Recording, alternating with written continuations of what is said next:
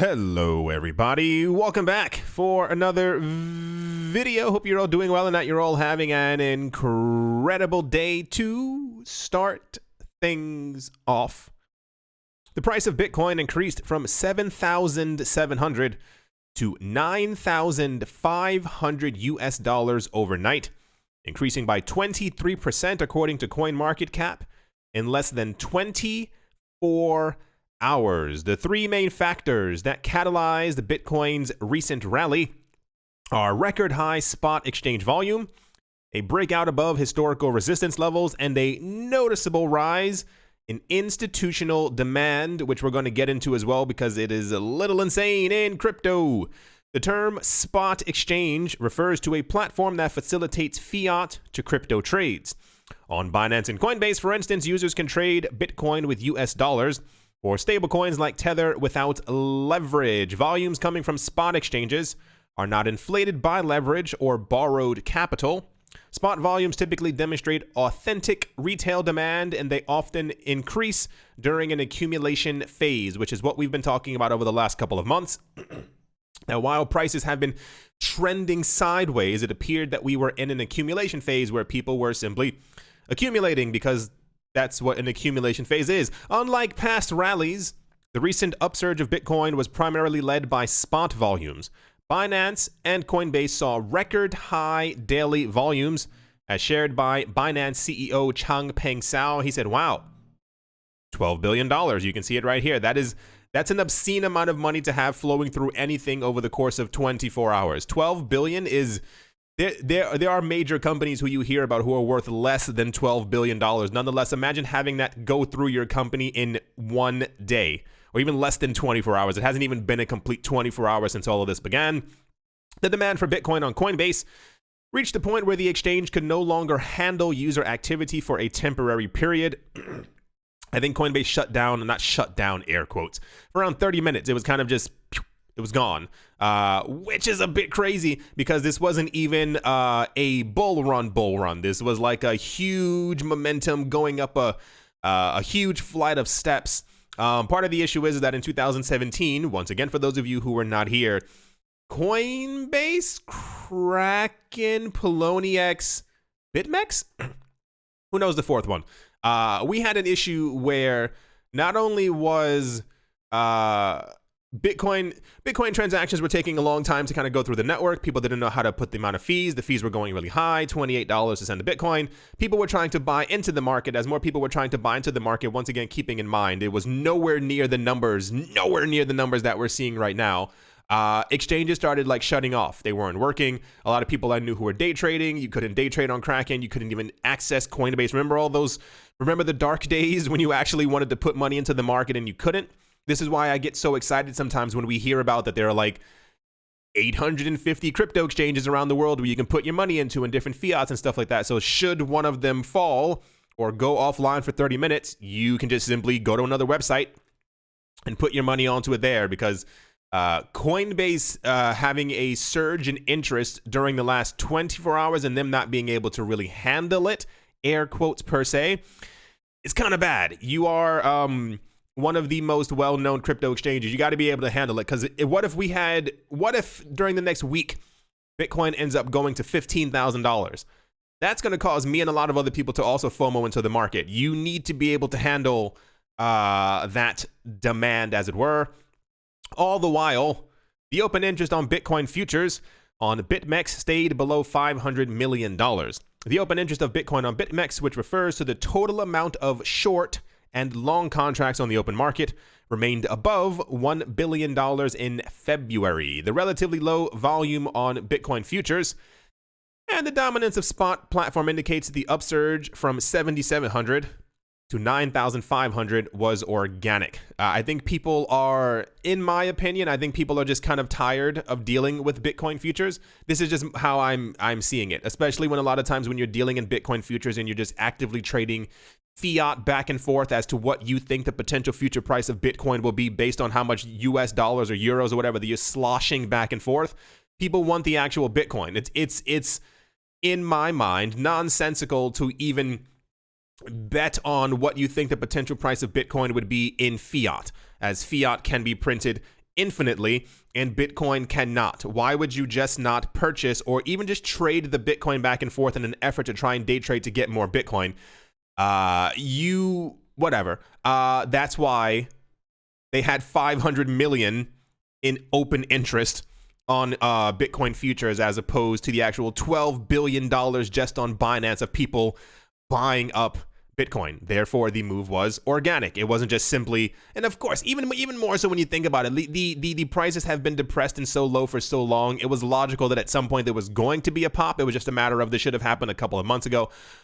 But I digress. According to a cryptocurrency trader known as Benjamin Bluntz, the Bitcoin price broke all major historical resistance levels when it first surpassed 8,000 US dollars. The 100-day and 200-day daily moving averages and the 0.618 Fibonacci retracement level were all broken simultaneously. Because I'm whatever. I'm not going to even get into it because I'll just end up ranting like I did the last time. And I know you guys love when I like black out and just kind of have these rants and stuff like that. They are draining. I will tell you that much. The point is, there was eventually going to be this huge surge in demand. I have said for a while now, I think the prices were incredibly depressed. I think they were put down for no reason. I think whenever we had news about talking about Bitcoin's going to fall back down to 2,000, Bitcoin's going to fall back down to 3,800, we need one more final swoop down. I'm like, what are you people talking about? Do you understand how much demand there is around the world for this? You know how much $12 billion on one cryptocurrency exchange in about 18 and a half hours is? That's a massive amount of money. That's not even talking about the money on Coinbase, Kraken, or any other cryptocurrency exchange around the world. Huge amounts of demand. And I wouldn't even be surprised. I would not be surprised because we actually ended up hitting 9,500 just on some of these cryptocurrency exchanges. There's always a premium on some other exchange around the world. There's always a premium. Maybe that crypto exchange doesn't simply have enough Bitcoin. Maybe the demand ends up rising really fast. Whatever the actual case might be, I would not be shocked at all. If there was one exchange where Bitcoin's price went to around $10,200 for at least a couple of minutes as the demand was kind of getting out of control. This is why, once again, it's very important. We're about less than 2 weeks away from Bitcoin's reward getting cut in half. The demand is going to remain, and Bitcoin supply that is going to be coming out of the machine is going to be cut in half. If we stay at these current demand levels based on supply and demand, whoever you are in the comment section, I apologize for not being able to respond to your question. I saw that people were, I saw no comments under your thing, so I assume people were looking at it and just kind of scrolling on by. Someone was asking, why would Bitcoin's price go up after its reward gets cut in half? Wouldn't that mean that Bitcoin is then worth half of what it currently is worth, and therefore the halving is bad? That's not how supply and demand works. Let's say I can't even put it into simple words. If there's a supply and the demand is next to it, it remains fixed.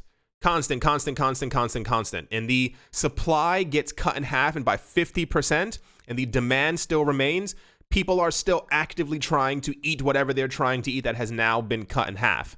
The demand rate remains the same. The price is logically then going to go up because the demand is still higher than the actual thing that people want.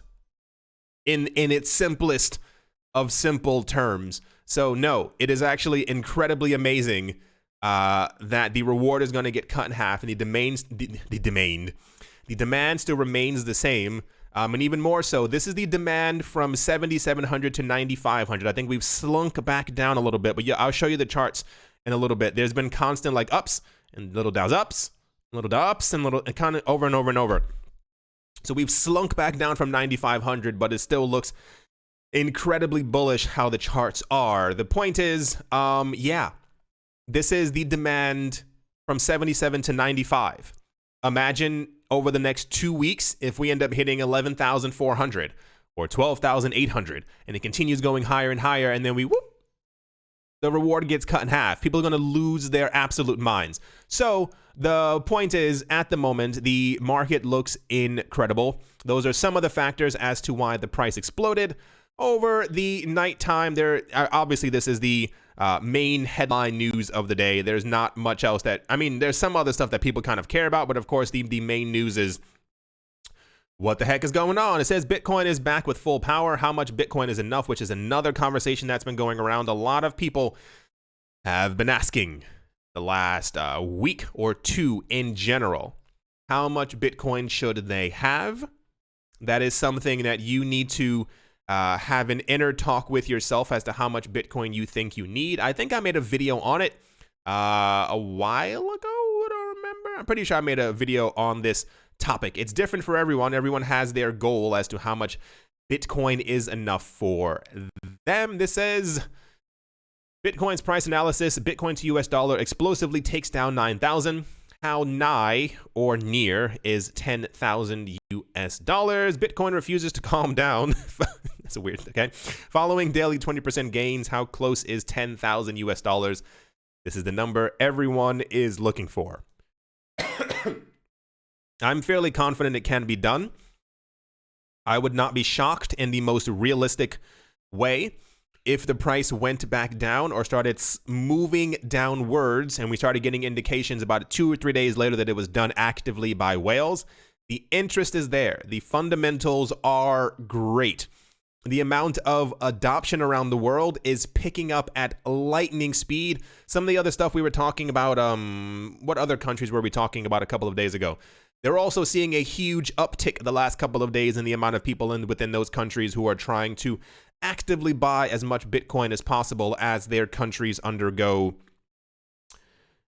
economic hardships because the government could not get it together, and therefore it is up to the people to bring things back to. Anyway, so the point is, yeah, we are looking like over the next couple of days, who knows, of trying to reach $10,000. I would not be shocked if we did it. I think any real resistance that we have, air quotes, is kind of just in people's minds. Remember a couple of days ago where people said that it would be a while before we broke above 7,800, and then once we got to 8,000, it would be a bit difficult to get over 8,100, and then you had the 8,300. That's all been shattered. So what argument do you have now for Bitcoin not being able to pass by 10,000 when we see all of this demand? It's not just demand on the channel. Like, this isn't the only cryptocurrency channel. Like, all of you listening to this right now, you're not the only ones on the planet who want Bitcoin. Imagine there being tens of millions, if not 50. I think the normal estimate is that there are at least 50 to 100 million people into Bitcoin exclusively around the world who own some Bitcoin, who are interested in Bitcoin, who want to buy a bit more Bitcoin. Imagine if the demand is there. It's going to continue to pick up. If we end up seeing Bitcoin cross 10,000 anytime within the next week or two, especially as we get closer to the halving, and we keep hearing about this huge economic downturn, just be aware that there's going to be another surge. This is why I get so annoyed by all these people who look at the charts and who look at this and they go, yeah, I mean, it's gonna take a long time for us to pass by these numbers. I mean, it's just not possible. And if we do rise by 300, where there has to be a pullback of around $3,000. When? Who told you that? Why does that have to happen? Why do we always have to have a run up and then a major run back down? Like, why can't these movements up just simply be organic? And every single other time that we heard about the prices moving up and then moving down, it was always because of whales. Every single time. Remember the 5th time I told you that? It was around, was it March? Was it March? Sometime around March. It was constant. It was like every other week the price kept on trying to go up, and then it will always go back down. And the analysts were saying, oh yeah, I knew that the price was gonna go back down because the fundamentals weren't fundamentally there, and therefore the price had to move down. Stop it. Go away. Like, I don't have time for any of that anymore. The amount of interest I'm seeing on my side in my life from people I know alone is staggering. So I can only imagine what's happening around the rest of the world and other places. Anyway, tying loosely, no, directly, dare I say, into what we were just discussing. On Thursday, the 29th of April, Federal Reserve Chairman Jerome H. Powell explained what the Central Bank of the United States is currently doing and what it is prepared to do in the future to help the U.S. economy fight 19. At 14 o'clock on the 29th of April, the Federal Reserve, also known as the Fed, issued a press release that contained a statement from the Federal Open Market Committee, a committee with the Federal Reserve System that is charged under U.S. law with overseeing the nation's open market operations. They pretty much talked about what they were going to do. And I'm not going to read through the entire thing because it just kind of continues on and on forever. Less than 2 hours later, the Fed chair hosted the first FOMC virtual press conference, a video recording of what is available on the Fed's YouTube channel. The press conference started with some opening remarks from Powell, a few which are highlighted below. The point being, you can see it, you can read it. You all have eyes. What happened is the Federal Reserve pretty much said that they have a bottomless pit of money, and they are going to continue to pump money into the economy until it gets better. Says we won't run out of money. This is exactly the same thing that the Japanese Fed, I don't know what you would even call it, central bank, said as well about 2 days ago. They said there's no limit to the amount of money we can print, and therefore we're going to continue printing money in an effort to bring the economy back up. The problem is that's not how you bring back up an economy.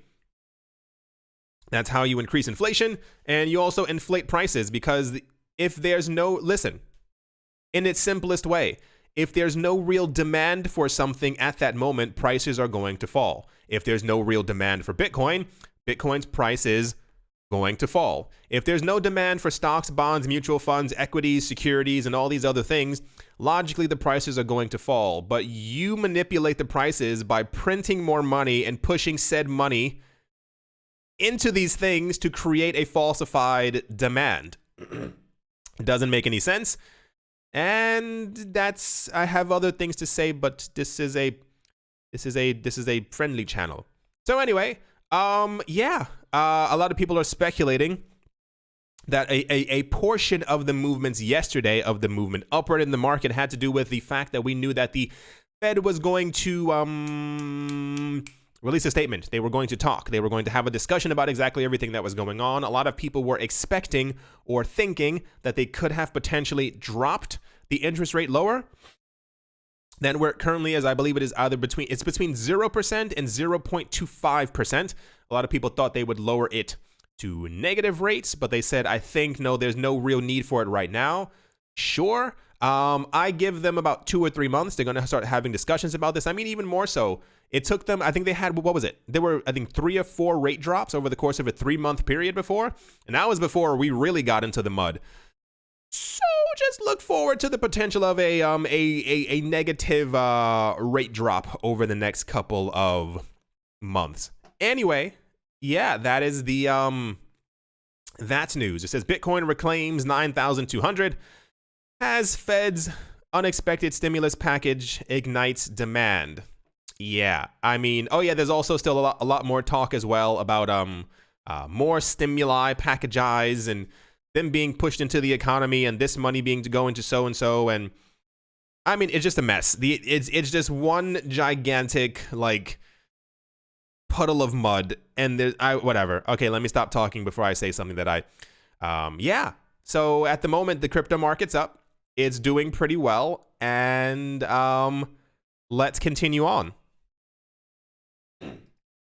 Probably, I don't think we went over this. I'm more than certain we did not go over this. And I'll tell you exactly. I mean, you'll get why. You all understand numbers. You'll see why this is just absolutely insane. New numbers from the crypto-focused investment firm Grayscale show interest in Ethereum among high net worth investors, rich people, continues to rise. At the time of publishing, the firm's Grayscale Ethereum Trust has grown to $234 million in assets under management. The trust is backed by Ethereum, logically, allowing investors to gain exposure to the second largest cryptocurrency without actually buying the asset. With interest in the Grayscale Ethereum Trust on the rise, the firm has bought 756,539 Ethereum, worth around $145 million, on behalf of its customers since the beginning of 2020. Here's a little chart right there from Grayscale, all the numbers. The Grayscale Bitcoin Trust remains the most popular investment product offered by Grayscale, with $2.3 billion in assets under management, but the quarter one's report for 2020 shows inflows into Ethereum outperformed Bitcoin as the quarter came to a close from the 17th of March through the 31st of March. This actual article doesn't have the numbers, and I was a bit saddened that they didn't have the most important part of all of this. For those of you not looking at the screen, it says, despite being in the middle of an unprecedented economic crisis, Grayscale is betting strongly on the Ethereum network, investing large amounts of money before it switches from proof of work to proof of stake. Once ETH 2.0 goes live, investors staking large amounts of Ether will be rewarded with new tokens. Grayscale bought 756,539,000 Ether, which we just went over, since the 31st of December 2019, which represents a little less than 50% of all Ether mined during the year. This data can be verified by comparing the number of tokens that the firm had since December, concerning the last stats reported on its page. Since the beginning of this year, nearly 50% of all Ether that has been mined or created has been purchased by Grayscale. That is, one company on this planet bought 50% of all the Ether that was created. Do you understand how insane that is?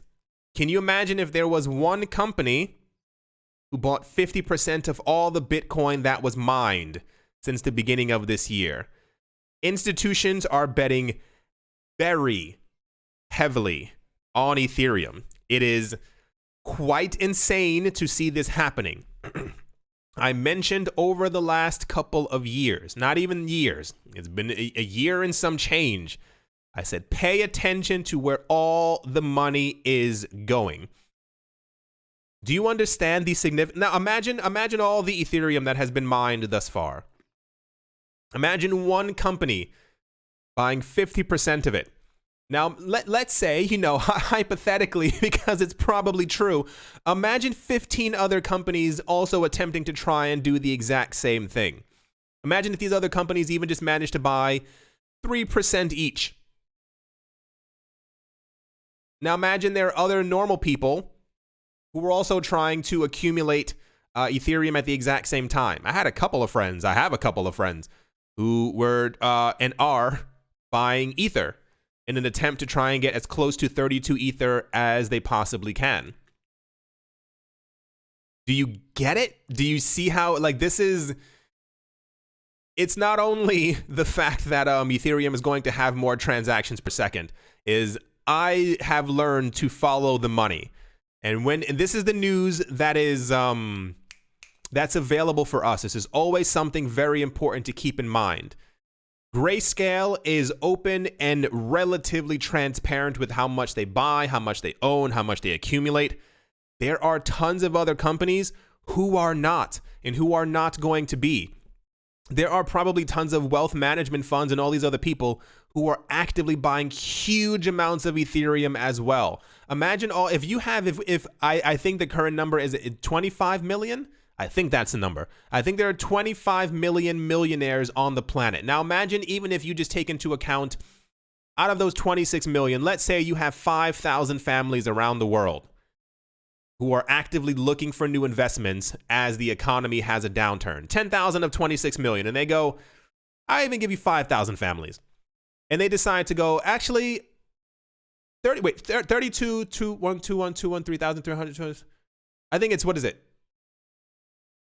Hold on. Why can't I do this? 32, 100, 2, 1, 2 is... Yeah, it's less than $10,000 to currently own 32 Ether. Imagine if these families decide, oh, you know what? How about we throw 40,000? Let's buy 40,000 worth of Bitcoin, 40,000 worth of Ether, and let's just see where things go. One company has purchased 50% of all the Ether mined. I can't stress that enough. I just hope you get it. Even more so, tying literally directly into exactly what we were just talking about and what I've been trying to stress to all of you. There's a reason, once again, why there are only few coins that I think that are actually going to make it. I think in the future, I give it in 3 years. I think we're going to see a very large surge in the coins that I think are going to make it. That's not to say that other coins will not also be surging, but I think we're going to see the advent or the creation or the birth or creation of a bunch of new coins by institutions and companies, and these will be the new coins that also end up taking the top 10 spot. However, there are 3 coins that I think are continuously going to dominate, and I'm pretty sure you know exactly which ones they were. However, moving on to the next story. Paul Brody, head of the blockchain consulting department at US giant Ernst & Young, said Ethereum is the best blockchain to base its business services on. Ernst & Young Global Limited is a multinational professional services company based in London, England, United Kingdom, of course. Ernst & Young is one of the largest professional service companies in the world, along with Deloitte, KPMG, and PricewaterhouseCoopers. Considered one of the Big Four, it mainly provides its clients with insurance services, including federal, tax and accounting services. I'm pretty sure there's more than that. But like in recent years, there we go, Ernst & Young has expanded into neighboring markets, including strategy, operations, human resources, technology, and financial services consulting. Paul Brody, head of the blockchain consulting section, is the promoter of the Ernst & Young Blockchain Summit event. In 2020, the event was rapidly transformed into an online summit due to 19, of course. The year's summit marketing theme was emphasized that the focus on the conference is clear and distinct. It says, going public.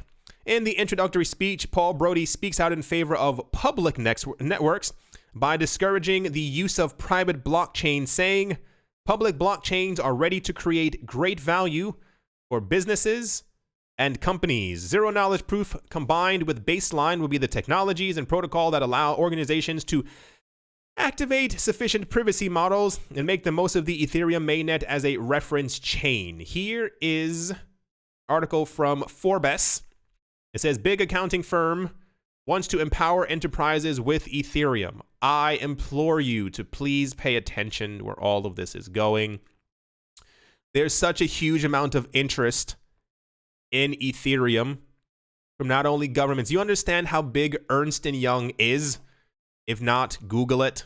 Like, these aren't companies that custody or whatever have $10 million worth of assets. They have hundreds of billions of dollars worth. There's a reason why Ernst & Young is one of the Big Four. And that's not like Big Four in your country. That's Big Four globally.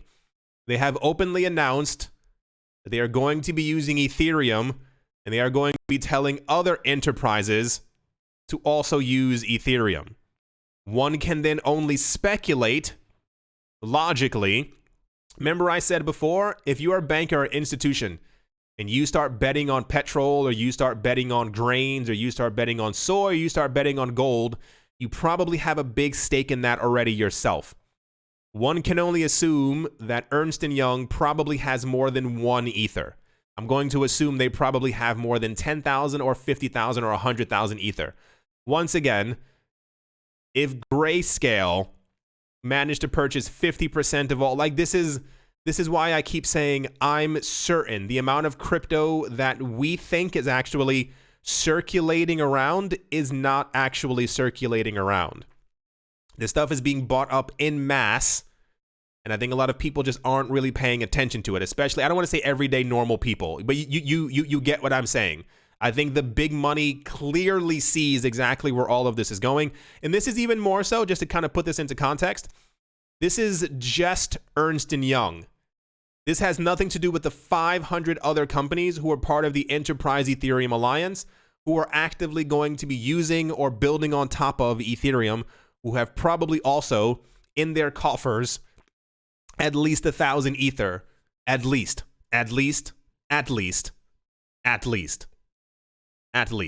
Because remember, once again, a lot of these companies and institutions and stock exchanges told us that they were into crypto since 2014. In 2015, I think Ether was 40 cents.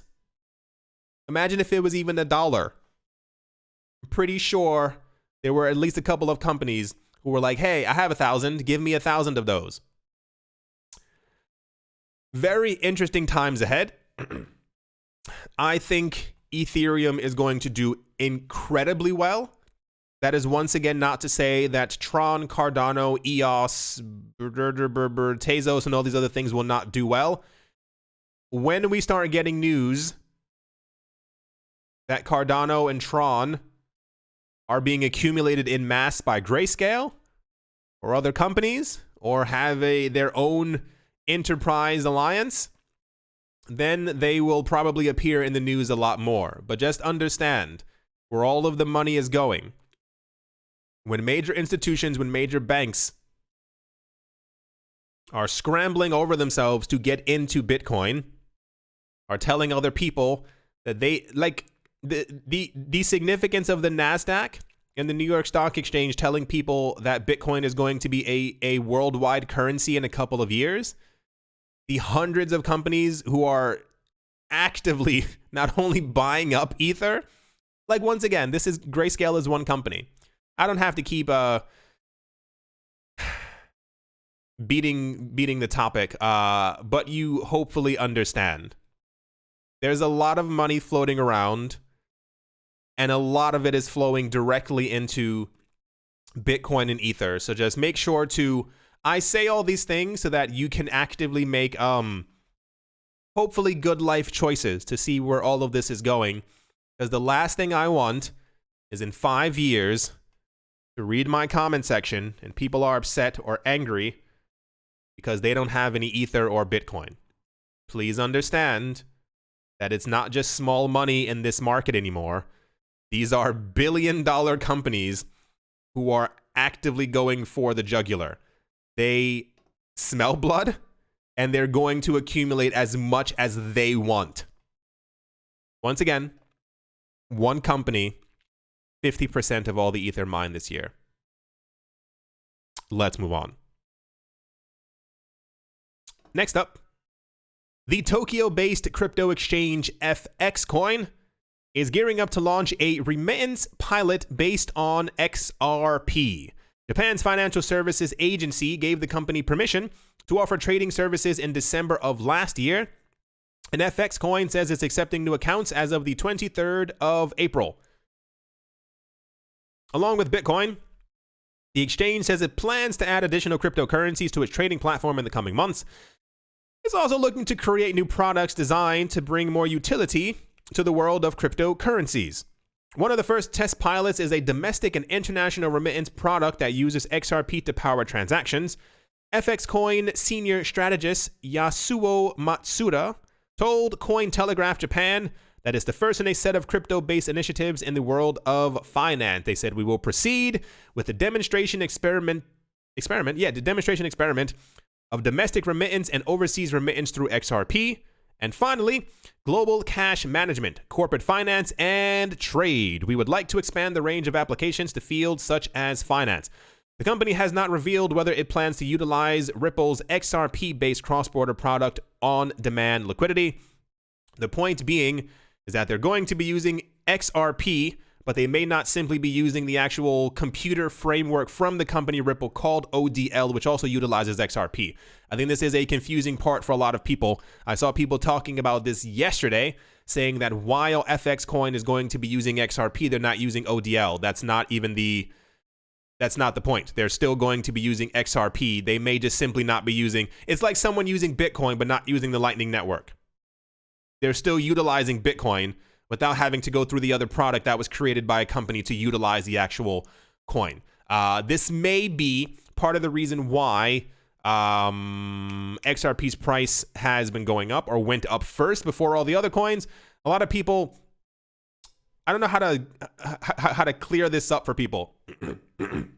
I keep seeing a lot of, and I know they're new people, because I know anyone who's been here for a while knows. I see a lot of people in the comment section who think that I either don't like XRP, that I'm making sure to not talk about XRP news, or that I simply don't know what's going on with XRP. For those of you who were not here in 2017, and I don't mean to sound like a DOUCHEBAG, it's more of I'm the actual reason a lot of you even know what XRP is. And like I said, I don't mean to be that guy. I'm one of the first YouTubers who even spoke about XRP. I was into XRP before anyone even thought of being into XRP. Was called exactly what Ethereum was called when it was created. They were calling it a scam. Nobody wants to be in it. And I was the only one making videos about it. I had a video before. It was called, Should You Invest in Ripple XRP? I think it was called, Should You Invest in Ripple XRP, the cryptocurrency the banks control? I think that was the exact title of the video. I think a lot of people, they don't know where I've come from. I'm a big supporter and believer that XRP is going to be incredibly huge. I can feel the dislikes coming. I think one of my last two videos, I think XRP was the first topic. 3 minutes, three minutes into actually posting that video, my dislike ratio was 75 to 25%. I think people hear the word XRP and they cringe. I don't know what problem you have with a digital currency that you don't own or have not created or has nothing to do with your life. But if you feel that bad about numbers on the screen and you feel like you have to cringe every time you hear the letters XRP, so be it. The point is, no, I believe in XRP. I understand that XRP is going to be fairly large. And this kind of happens when you partner with hundreds of banks around the world. So for those of you who may be new, hello to all of you. Welcome to the channel. And just understand that I started all of this. I'm the person who told everyone else that XRP was going to be something big when it was under 1 penny. Yeah, that was me. There were a lot of other channels who actually even copied off of me and became XRP exclusive channels because of the video that I made. Not joking. You can go through the time. I remember the sequence of events. I remember even commenting on their channels as they had made their channels and be like, cool, we have an XRP exclusive channel. Good luck. The point is, yeah, there was also some other news. I think it was SBI. Once again, go through my older videos. SBI, who I think, I can't remember the specifics of it. I think there were 3 XRP newses that were floating around, but for some reason, as I'm combing through all the websites, I couldn't find them.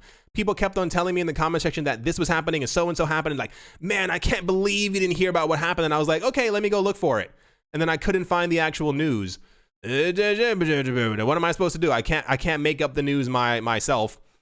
Anyway, yeah, cool. I assume this is only going to expand. XRP and Ripple have partnered with so many banks within Japan, and the people from SBI who kind of, I don't want to use the word rule over, show dominance over the other banks within Japan, have also told other banks to also start using XRP. So I assume eventually we will see all major movements upward in XRP's price as we actually start getting actual reference to the actual movement of XRP through the XRP ledger.